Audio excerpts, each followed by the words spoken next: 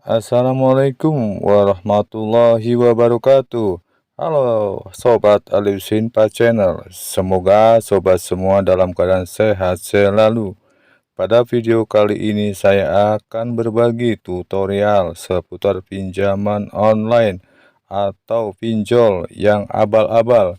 Sebelum lanjut, saya ucapkan terima kasih pada sobat semua karena sudah klik video ini dan subscribe.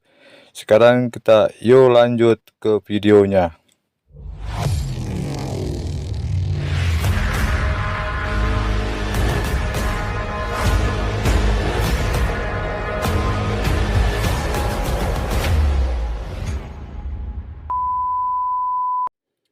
Gak bisa dipungkiri kalau sekarang ini zamannya sudah serba online. Bukan hanya belanja, bayar tagihan dan pajak saja.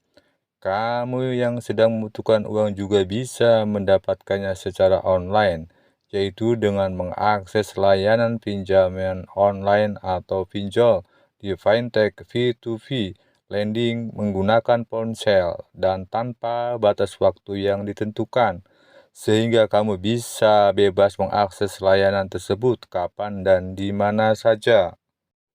Selain aksesnya yang mudah, penyelenggara P2P lending juga memberikan persyaratan kepada calon nasabah yang tidak ribet.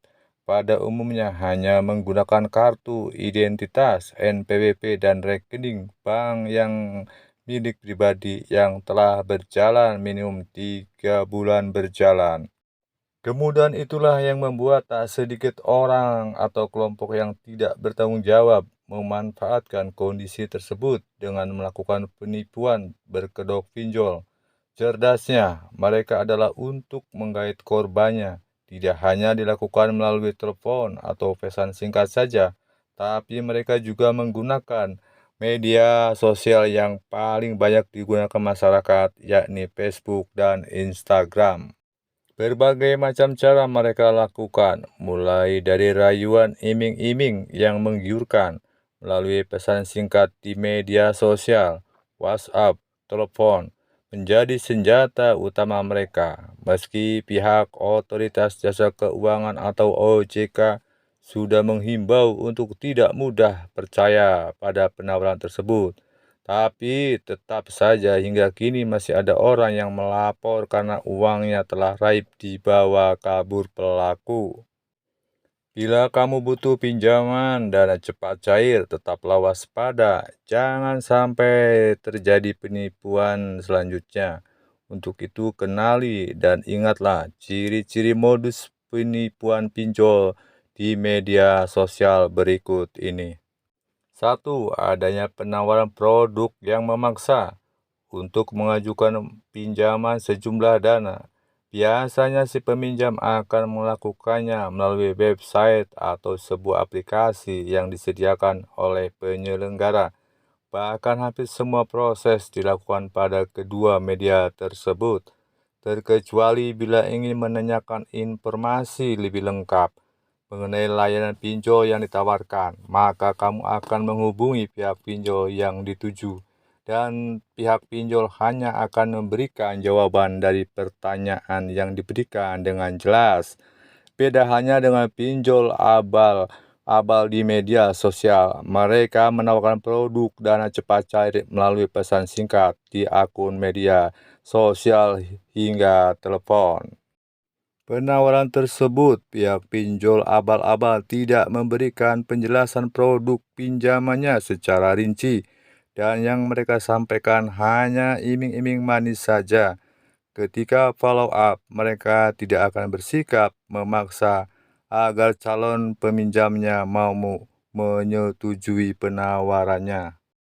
Hati-hatilah terhadap nomor-nomor yang tidak dikenal dan jangan mudah tergiur dengan iming-iming yang belum tentu menguntungkan. Ingatlah, pihak pinjol yang resmi atau legal hanya menawarkan produk pinjamannya dengan cara yang benar, seperti informasi yang diberikan jelas dan pastinya tidak akan pernah melakukan pemaksaan. 2. Tidak berlakukan persyaratan.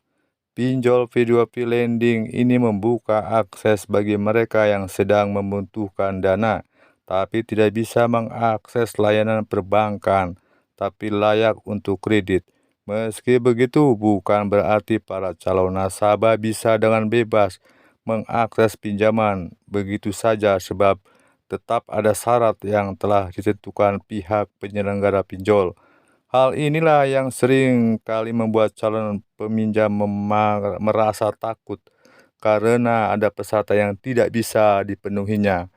Dengan begitu, muncullah pinjol abal-abal di media sosial yang menawarkan dana cepat cair tanpa embel-embel syarat apapun atau hanya menyerahkan nomor telepon dan dapat dihubungi dan nama pribadi saja. 3. Menerapkan uang muka. Setiap pihak pinjol memang akan meminta uang kepada calon peminjam untuk biaya administrasi yang nantinya akan digunakan untuk materai dan keperluan. Itu pun nilai uangnya tak seberapa. Pihak pinjol abal-abal pun sama akan meminta uang, tapi bedanya dalam jumlah yang sangat banyak, bisa mencapai jutaan, tergantung dari jumlah pinjaman yang akan diajukan. Misalnya saja butuh dana 50 juta sampai 100 juta, maka uang muka bisa lebih dari 1 juta dan sebagainya. Mereka beralasan uang tersebut sebagai uang muka agar dana yang dibutuhkan cepat cair. Saking butuhnya dana banyak, maka tanpa berpikir panjang, calon peminjam akan rela mengeluarkan uang muka tersebut demi dana yang dibutuhkan cepat cair. 4. Informasi penyelenggara pinjol tidak valid. Kelengkapan informasi identitas pada sebuah perusahaan merupakan hal yang paling penting dan utama untuk diperhatikan, sebab lengkapnya informasi tersebut menjadi tolak ukur masyarakat dalam penilaian perusahaan tersebut resmi atau tidak. Biasanya informasi ini akan dicantumkan pada website serta semua media sosial yang digunakan. Sementara pada pinjol abal-abal, mereka baik dari pemilik atau karyawan berusaha untuk menutup informasi perusahaan.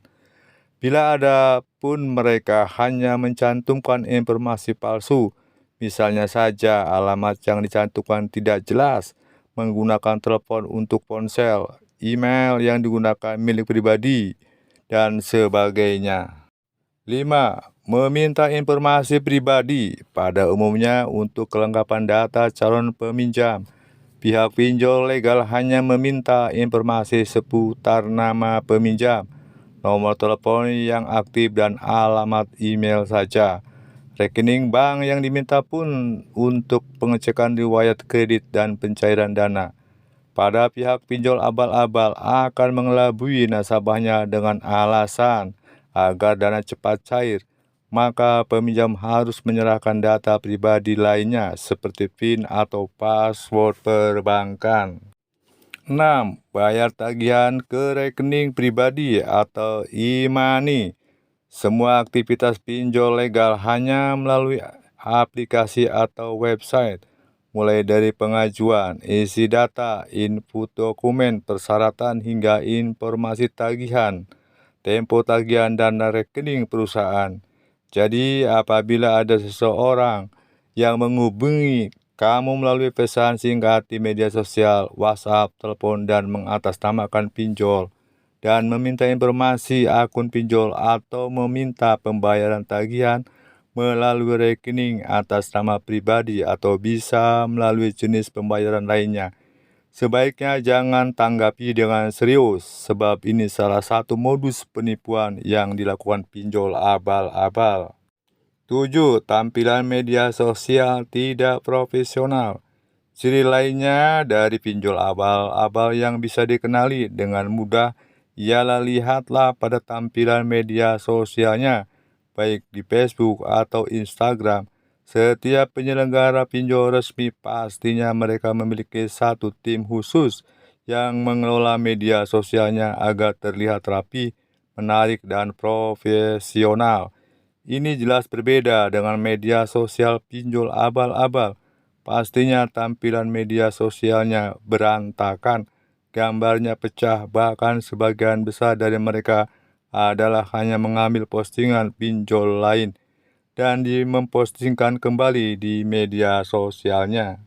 Nah, itulah tadi ciri-ciri dari pinjaman online abal-abal. Semoga bermanfaat dan tidak terjadi lagi korban-korban selanjutnya. Terima kasih. Wassalamualaikum warahmatullahi wabarakatuh.